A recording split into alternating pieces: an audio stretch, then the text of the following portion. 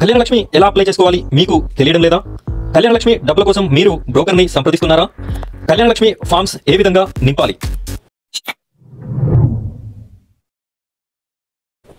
Hi నమస్తే, నేను మీ నాగేశ్వర్ దేవులపల్లి. మీరు చూస్తున్నారు మన సేవ తెలుగు యూట్యూబ్ ఛానల్. ఫ్రెండ్స్, ప్రతి కుటుంబంలో పెళ్లి అనేది జరుగుతుంది. ఆ జరిగినటువంటి ప్రతి ఒక్కరు కూడా కళ్యాణ లక్ష్మి పథకానికి అప్లై చేసుకోవాలి. ఈ అప్లికేషన్తో నానా తంటాలు పడుతూ ఉంటారు. ఒకరికి ఏ విధంగా అప్లై చేయాలి తెలియదు, ఇంకొకరికి అందులో ఉన్నటువంటి ఫామ్స్ని ఏ విధంగా నింపాలి, ఆ నింపినటువంటి ఫామ్స్ని ఎక్కడ అప్పచెప్పాలి, ఇదంతా ప్రాసెస్ తెలియక చాలామంది బ్రోకర్స్ని సంప్రదించి వారికి 10,000 20,000 ఇచ్చేసి వారితో ఈ పని చేయించుకుంటూ ఉంటారు. అయితే ఈ వీడియోని ఓపికతో మీరు చివరి వరకు చూడండి. ఈ వీడియోలో నేను ప్రతి విషయాన్ని క్షుణ్ణంగా మీకు ఏ డాక్యుమెంట్స్ పెట్టాలి, ప్రతి పేపర్ టు పేపర్ నేను మీకు ఏ విధంగా ఫిల్ చేయాలి అనేది కూడా నేను క్లియర్గా లైన్ టు లైన్ ఎక్స్ప్లెనేషన్ అనేది ఇవ్వడం జరుగుతుంది. ఇలా ఫిల్ చేసిన తర్వాత మీరు ఈ డాక్యుమెంట్స్ని ఏ విధంగా సీరియల్ ఆర్డర్లో పెట్టాలి, ఆ పెట్టినటువంటి డాక్యుమెంట్స్ని ఎక్కడ సబ్మిట్ చేయాలి, ఏ విధంగా చేస్తే మీకు కళ్యాణ లక్ష్మి డబ్బులు వస్తాయి అనే పూర్తి ఇన్ఫర్మేషన్ ఈ వీడియోలో నేను మీకు చెప్పడం జరుగుతుంది. వీడియోని ఎక్కడా కూడా స్కిప్ చేయకుండా చివరి వరకు చూడండి. మీరు ఆ విధంగా చూసినట్టయితేనే ఈ వీడియో అనేది మీకు అర్థమవడం జరుగుతుంది. ఫ్రెండ్స్, మొదటిసారిగా మన ఛానల్ని చూస్తున్నటువంటి ప్రతి ఒక్కరు కూడా ఈ వీడియో చాలా యూజ్ఫుల్ వీడియో. ఈ వీడియోని ఒక లైక్ చేయండి. మీరు లైక్ చేయడం వల్ల ఈ వీడియో మరింత మందికి వెళ్తుంది కాబట్టి ప్రతి ఒక్కరు కూడా వీడియోని లైక్ చేయండి. అదేవిధంగా మన ఛానల్ని సబ్స్క్రైబ్ చేసుకోండి. సబ్స్క్రైబ్ పక్కన ఉన్నటువంటి బెల్ ఐకాన్ని ట్యాప్ చేసి ఆల్ అని సెలెక్ట్ చేసుకోండి. మీరు ఈ విధంగా చేయడం వల్ల నేను నెక్స్ట్ పెట్టేటటువంటి ప్రతి యూజ్ఫుల్ వీడియో మీకు నోటిఫికేషన్ ద్వారా రావడం జరుగుతుంది. కాబట్టి ప్రతి వీడియోని కూడా చూసే అవకాశం మీకు ఉంటుంది. ఇప్పుడైతే మనం కళ్యాణ లక్ష్మి ఏ విధంగా అప్లై చేయాలి, దీనికి ఏ డాక్యుమెంట్స్ ఉండాలి అనేది నేను మొదటగా చెప్తాను. ఏమేమి ఉండాలి అనేది చెప్పిన తర్వాత ఇందులో కొన్ని అప్లికేషన్ ఫామ్స్ అనేది ఫిల్ చేయాలి. అది ఏ విధంగా ఫిల్ చేయాలి, ఏ లైన్లో ఏ ఇన్ఫర్మేషన్ రాయాలి అనే పూర్తి ఇన్ఫర్మేషన్ కూడా నేను చెప్తాను. వీడియోని స్కిప్ చేయకుండా చివరి వరకు చూడండి. ఫ్రెండ్స్, ఇక్కడ చూడండి, వధువు యొక్క రేషన్ కార్డ్ అనేది మీ దగ్గర ఉండాలి. ఫుడ్ రేషన్ కార్డ్ అని చెప్పేసి సెర్చ్ చేసి మీరు ఆన్లైన్లో తీసుకోవచ్చు దీన్ని.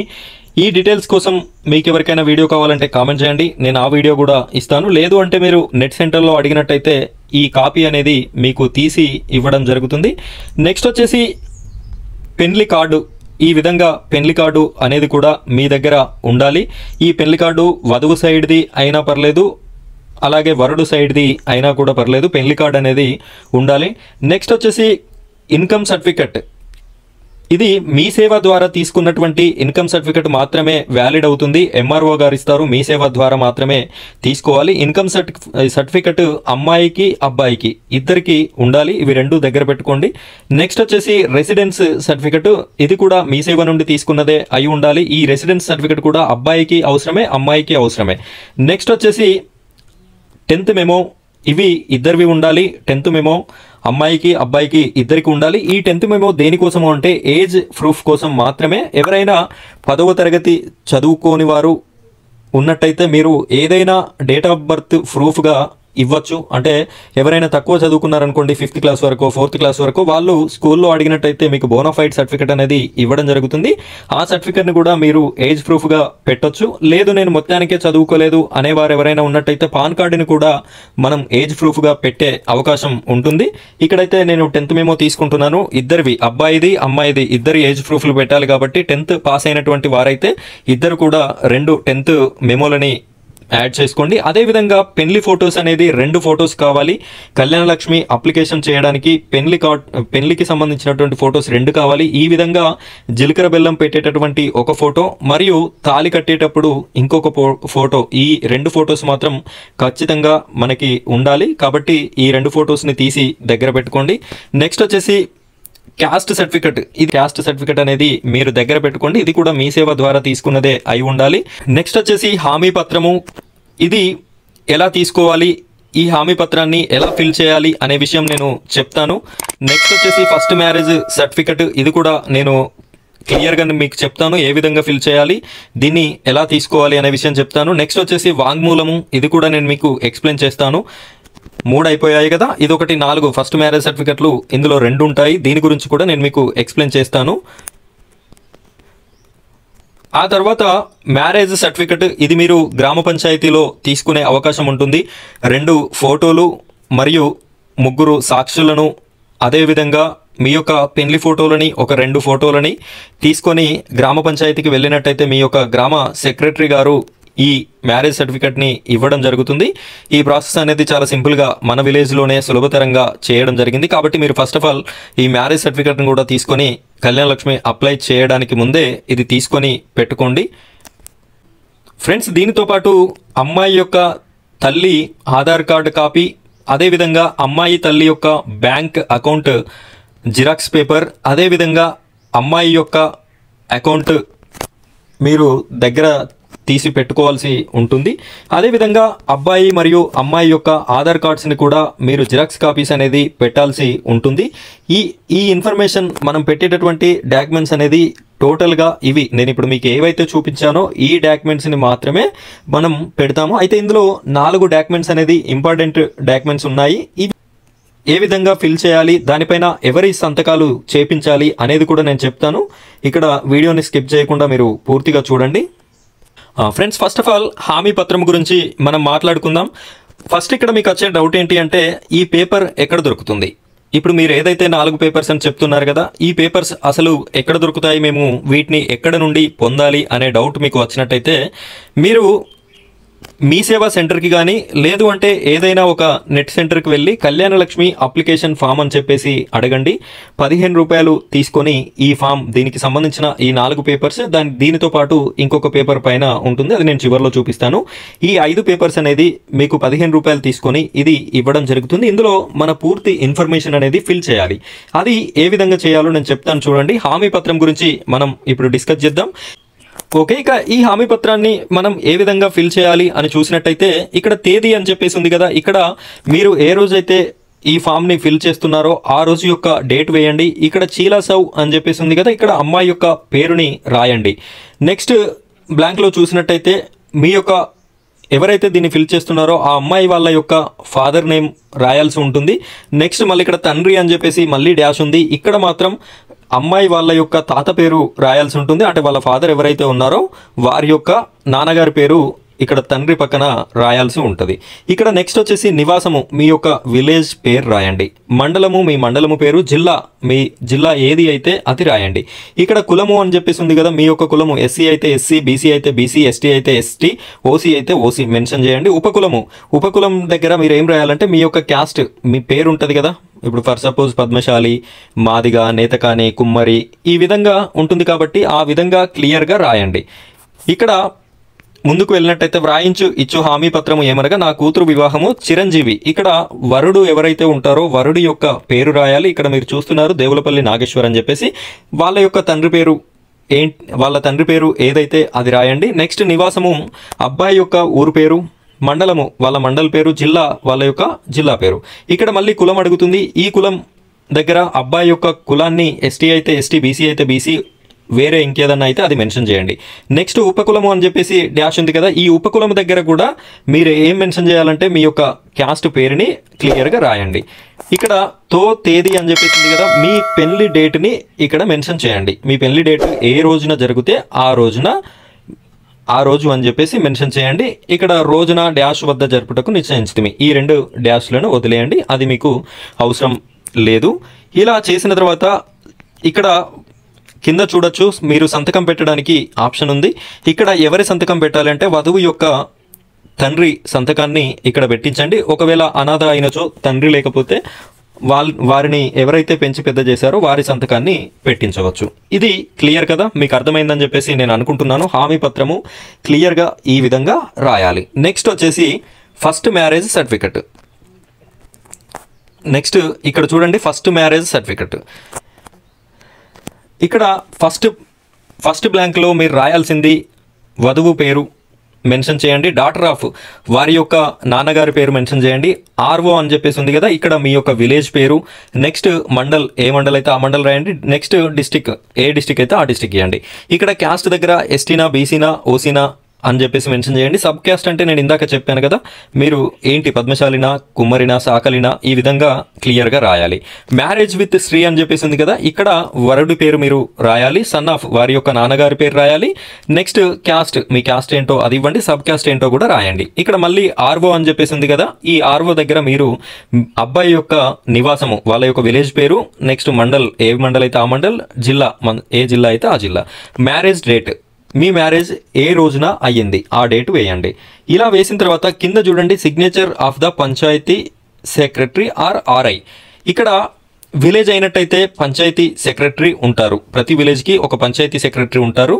మీరు మీ యొక్క మ్యారేజ్ సర్టిఫికెట్ తీసుకోవడానికి పంచాయతీ సెక్రటరీ దగ్గరికి ఎలాగో వెళ్తారు కదా, ఆ వెళ్ళినప్పుడు ఈ యొక్క ఫామ్ని పంచాయతీ సెక్రటరీ దగ్గరికి తీసుకువెళ్ళినట్టయితే దీని మీద కూడా సైన్ చేసి స్టాంప్ వేసి ఇస్తారు.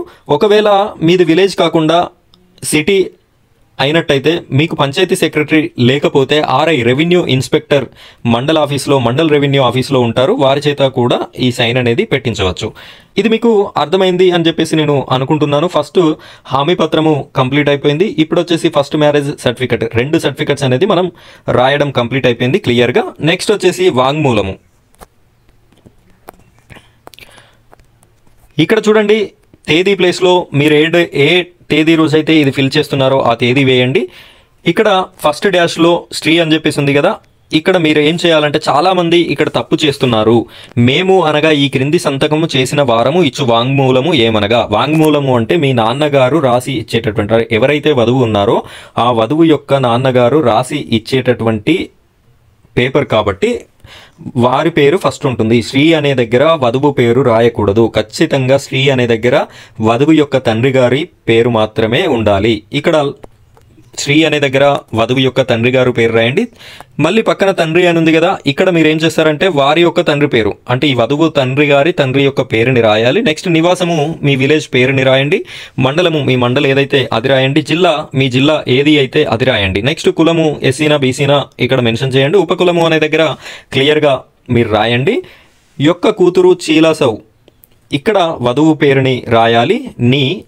ఇక్కడ నెక్స్ట్ వచ్చేసి స్త్రీ అని ఉంది కదా, ఇక్కడ అబ్బాయి వాళ్ళ నాన్నగారి పేరు మరియు తండ్రి అని ఉంది కదా, ఇక్కడ వాళ్ళ నాన్నగారి పేరు రాయాలి. తర్వాత నివాసము, అబ్బాయి యొక్క నివాసము ఏ విలేజ్ అయితే ఆ విలేజ్ రాయండి. అలాగే మండల్, అబ్బాయి యొక్క మండలు, అబ్బాయి యొక్క జిల్లా, ఇలా రాసి నెక్స్ట్ అబ్బాయి యొక్క కులము, అబ్బాయి యొక్క ఉపకులము, ఇవి 2 రాసిన తర్వాత యొక్క కుమారుడైన శ్రీ, ఇక్కడ మళ్ళీ వరుడు పేరు దేవులపల్లి నాగేశ్వర్కు ఇచ్చి వివాహము చేయుటకు నిశ్చయించబడిన తేదీ, ఇక్కడ ఏ రోజు అయితే మీరు పెళ్లి చేశారో ఆ డేట్ని ఇక్కడ మెన్షన్ చేయాలి. రోజున వివాహము డాష్ వద్ద జరుగును. ఈ డాష్ని వదిలిపెట్టండి, అవసరం లేదు. ఇది వీరిద్దరి వధువు వరుడుకి మొదటి వివాహము, మాకు తెలిసినంత వరకు పై విషయాలు సమాచారము వాస్తవము అని ధృవీకరిస్తున్నాము. ఇది ఫస్ట్ మ్యారేజ్ అయినట్టయితేనే ఇక్కడ సైన్ చేసేటటువంటి ప్రతి ఒక్కరు కూడా సైన్ చేయండి.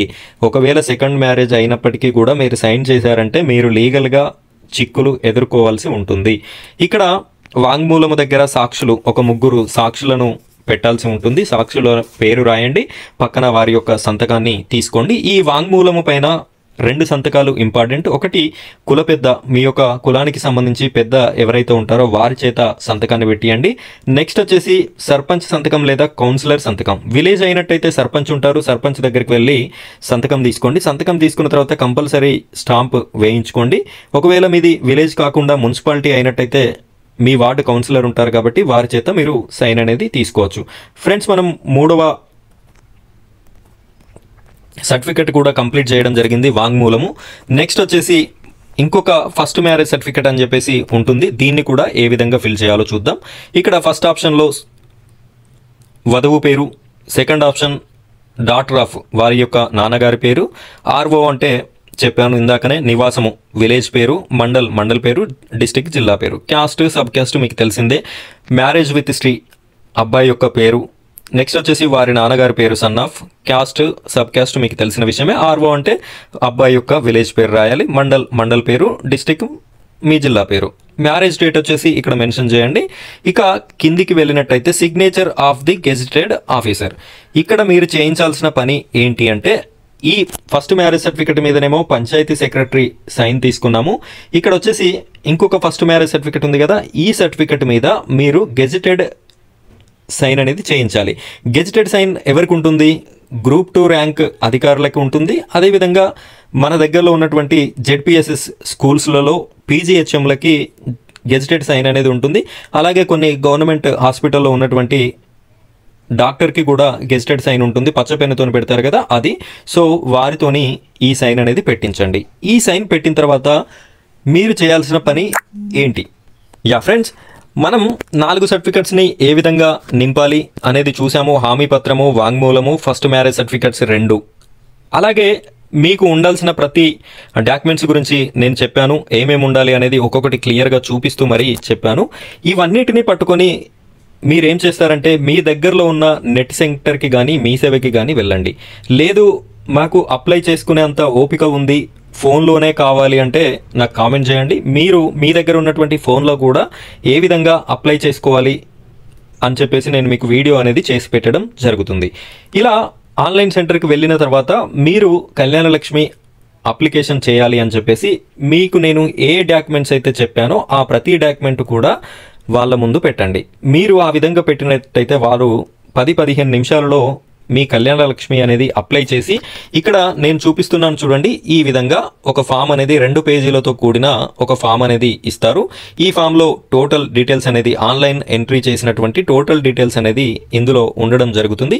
ఇక్కడ నేను బాక్స్లో చూపెడుతున్నాను చూడండి, మ్యారేజ్ ఐడి అని చెప్పేసి. ఇది మీ మ్యారేజ్ ఐడి, ఆన్లైన్లో రిజిస్టర్ అయినటువంటి మీ మ్యారేజ్ ఐడి. ఈ కాపీ అనేది మీకు ఇవ్వడం జరుగుతుంది.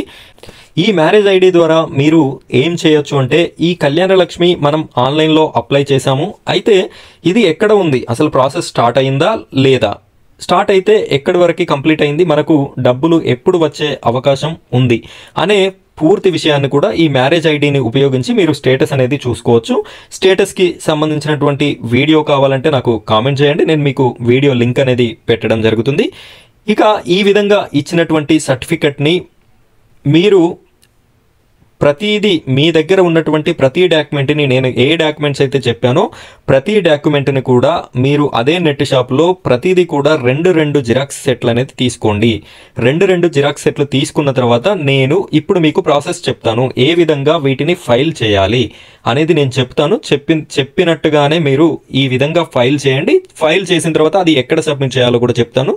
పూర్తిగా చివరి వరకు చూడండి. ఫ్రెండ్స్, ఈ వీడియో చాలా లెంత్ ఉంటుంది, కాకపోతే ప్రతి కుటుంబానికి అవసరమైనటువంటి క్లారిటీ వీడియో కాబట్టి ఎంత లెంత్ అయినా పర్లేదు అని చెప్పేసి నేను చేయడం జరుగుతుంది. వీడియోని ఓపికగా చూసినట్టయితే మీరు ఏ బ్రోకర్ని సంప్రదించాల్సిన అవసరం ఉండదు, క్లారిటీగా మీకు అర్థం అవ్వడం జరుగుతుంది. వీడియోని అయితే చూడండి, చూశాక మీరు ఖచ్చితంగా ఈ వీడియోకి లైక్ చేయండి. అలాగే ఈ వీడియో ప్రతి ఒక్కరికి యూజ్ అవుతుంది కాబట్టి షేర్ చేయండి. ప్రతి ఒక్కరు మన ఛానల్ని సబ్స్క్రైబ్ చేసుకోండి. ఫ్రెండ్స్, ఇప్పుడు నేను ఇందాక 2 సెట్లు జిరాక్స్లు తీసుకోమని చెప్పేసి చెప్పాను కదా, ఒక్కొక్క సెట్ ఈ విధంగా చేయండి. ఏం చేస్తారంటే, ఇప్పుడు మనం ఏదైతే ఆన్లైన్ అప్లికేషన్ చేసామో చేసినప్పుడు 2 పేజీలతో కూడిన రిజిస్ట్రేషన్ ఫామ్ ఇచ్చారు కదా, ఆ ఫామ్ని పైన పెట్టండి. ఈ ఫామ్ని పైన పెట్టి దాని కింద మీరు ఏం పెట్టాలి అనేది నేను చెప్తాను చూడండి. ఫస్ట్ వచ్చేసి ఈ ఫామ్ కింద మీకు నెట్ సెంటర్లో ఇచ్చినటువంటి ఫామ్ కింద అమ్మాయి యొక్క ఆదాయ ధృవీకరణ పత్రం అంటే ఇన్కమ్ సర్టిఫికెట్ అనేది మనకిచ్చినటువంటి ఫామ్ కింద యాడ్ చేయండి. నెక్స్ట్ వచ్చేసి అమ్మాయి యొక్క క్యాస్ట్ సర్టిఫికెట్ అనేది యాడ్ చేయండి.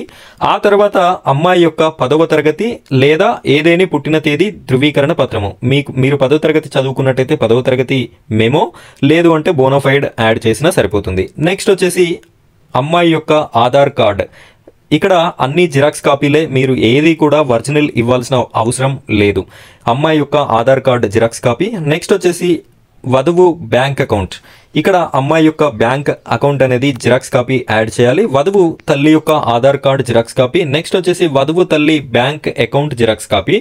నెక్స్ట్ వచ్చేసి పెళ్లి పత్రిక. ఈ పెళ్లి పత్రిక అనేది మీరు ఒరిజినల్ యాడ్ చేయాల్సి ఉంటుంది, దీన్ని మాత్రం జిరాక్స్ చేయకండి. ఇది ఒరిజినల్ పెళ్లి పత్రిక మీరు యాడ్ చేయండి.